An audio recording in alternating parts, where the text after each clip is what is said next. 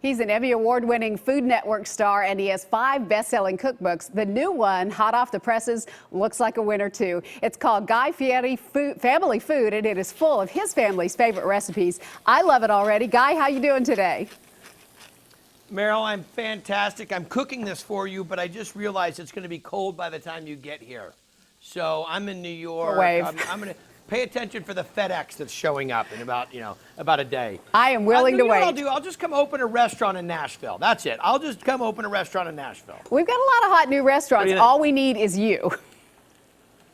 You guys are rocking it. I'm telling you. I remember, I've been to Nashville so many times, and flying in and out of there to go down to Jack Daniel's for the big barbecue competition.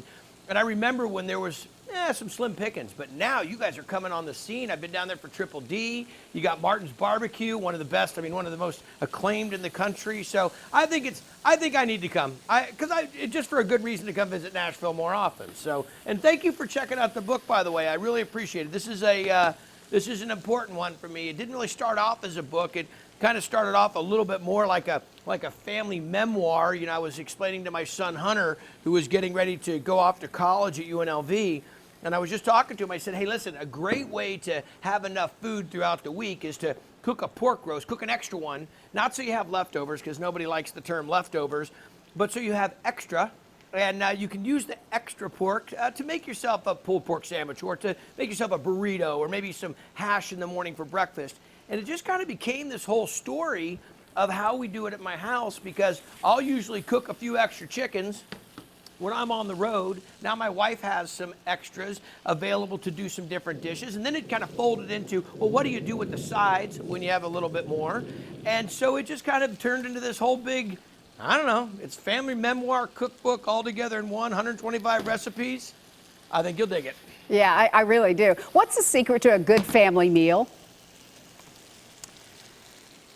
What does your family like? That's what I tell people all the time. Yes, I know, everybody likes pizza and sweet and sour chicken. No, it's not that. It's really getting a nice mix. I really don't, I give them all creative input. It's in our house, it is like the stock exchange floor at 8 in the morning with who is lobbying for what direction we're gonna go. But you know what it really is?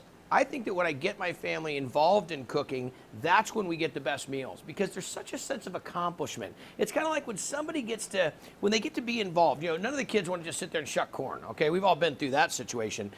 But when you give the kid, like Ryder likes to get his little stool, come right over here and grab the saute pan, and the tongs are 10 times too big for him, and he sits here and does that, and he has that, and he'll sit at the table and go, how do you like the shrimp?